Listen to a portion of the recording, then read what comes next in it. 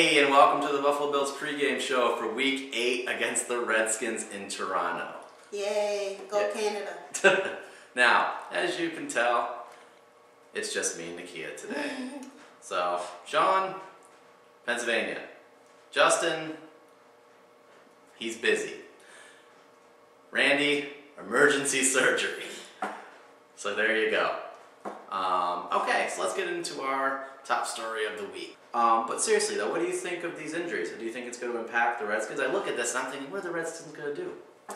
Hightower, I think, will be a big loss for them because he was the one that was doing most of their running. So I think he's definitely going to be a big loss for them.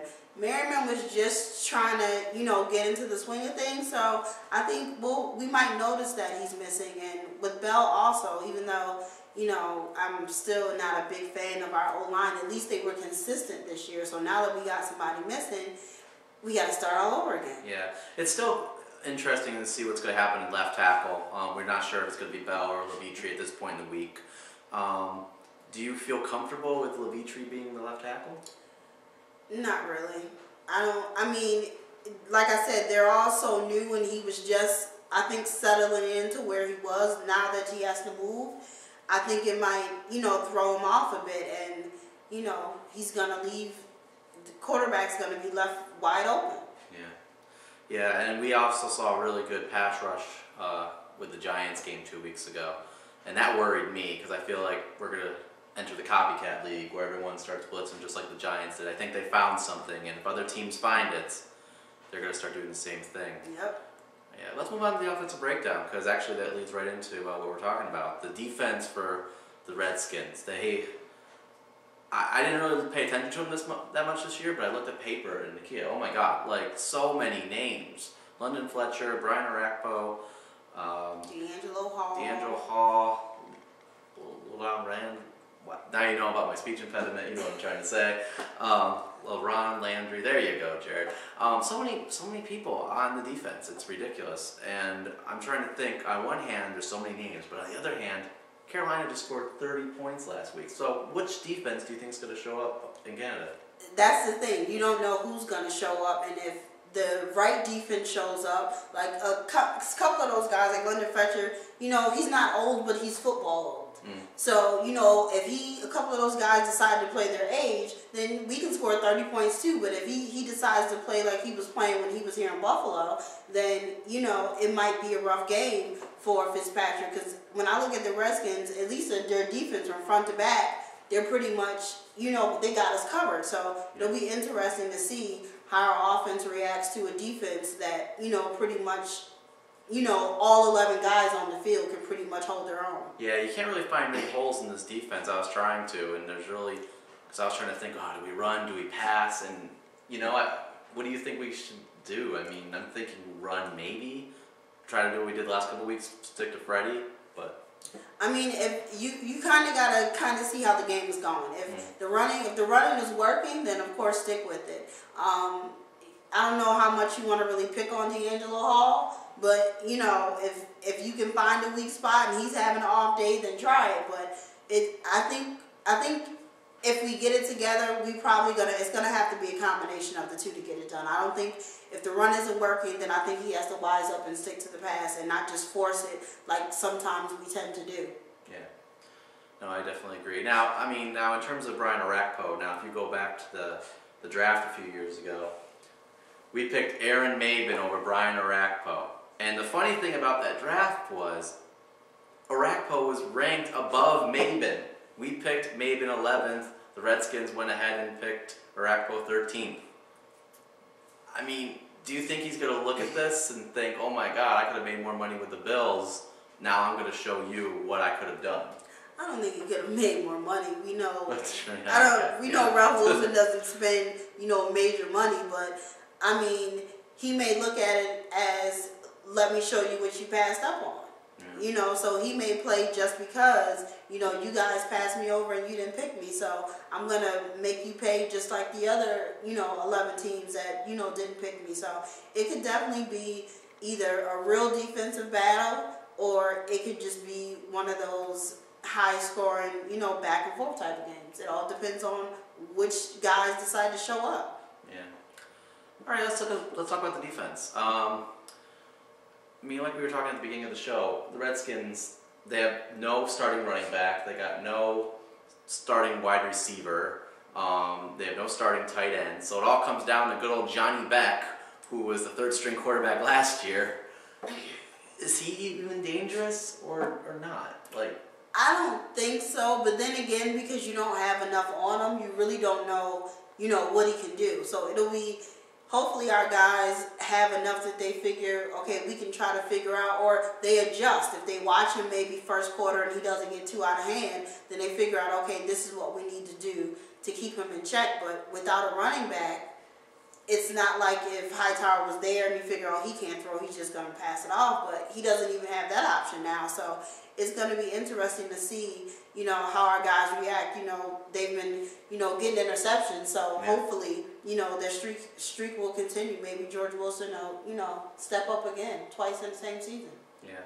Now, Ryan Train, he used to be the starting running back for the Redskins. And then Hightower came in. And Hightower did an outstanding job. Mm-hmm. Like, I was worried when I saw Hightower play. I'm like, because he kind of came out of nowhere himself. Since Train used to start, do you think we're going to see a lot from him? Especially since the running defense of the Bills is better this year, but still not on the top of this game, especially with Merriman being out. I mean, I think like everybody else, they're going to try it.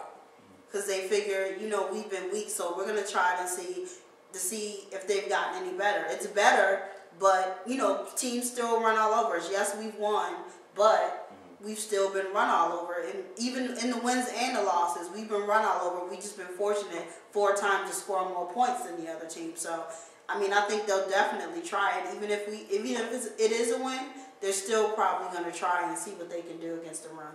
Yeah.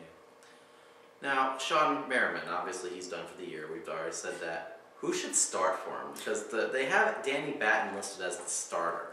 And he's made some plays. I can't deny that. When they show that graphic at the beginning of the game of who's starting, you see Batten there, you're like, Like, who is it? Well, I mean, I know who he is, but it's just... But that's what everybody else is going to say. Like, you had Sean Merriman, and then it seems like a complete drop-off. Yeah. So that's the dilemma they have to deal with. It could be a good thing, because he figured, now I have the opportunity to show what I can do. Like, nobody knows who I am. I can make a name for myself. So it's kind of a catch-22, just like with everybody else. It all depends on who shows up. If he wants to make a name for himself, I think he can do it. The Keith Ellison days are over, so it's time to step it up, Bills. All right, let's talk about the topic of discussion. It comes from Lynn Bob again, and he wants to know, when are we moving to Toronto? Are we moving to Toronto? I don't think the Bills are moving to Toronto. One, because is this game even sold out? It's going to be on TV. I don't even know if it's sold out, though. Because the Bills, for the first time, actually sent out an email to season ticket holders to give us tickets for half price. That's right. So, I don't think that they're going to go to Toronto because they can't sell the games in Toronto.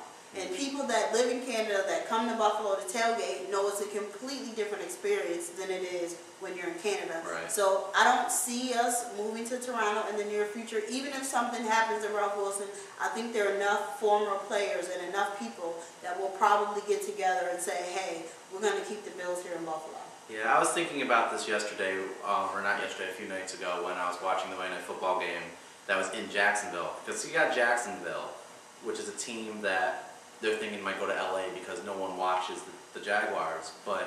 And that's kind of an example of a team, even though they beat the Ravens somehow, it's an example of a team that the city really wouldn't miss them if they left. We would miss the Bills. We would just totally miss the Bills. Like, this town is so revolved around its sports, it's ridiculous. And I could give examples, but we don't have time. All right, let's talk about the keys to this particular game. Nakia, what do you got? I think the key to the game for this one is the offense. The offense needs to score, and they need to score early, because I don't think the Redskins can score, but their defense is definitely going to stop it. So I think the key to this game is the offense scoring. I'm actually going to go on a different route on this one. And this is going to be a weird one. My key to the game is field position. I think that it's a strong possibility this game is going to be defensive based on the weaknesses on the injuries of the Redskins offense and the players on the defensive side for the Redskins as well. I think could really make the game not like the Monday night game the other night, but pretty defensive, meaning that we got to play for field position and make sure that we're pinning them deep each time and not letting them into our zone. All right, what do you think about the game? What do you think the score is going to be?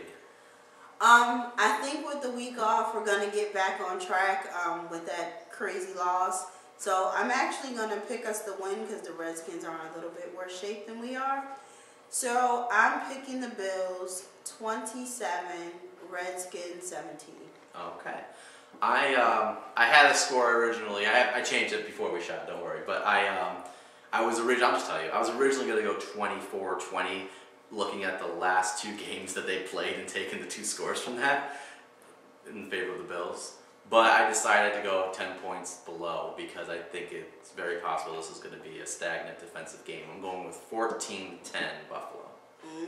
Interesting. We'll see what happens.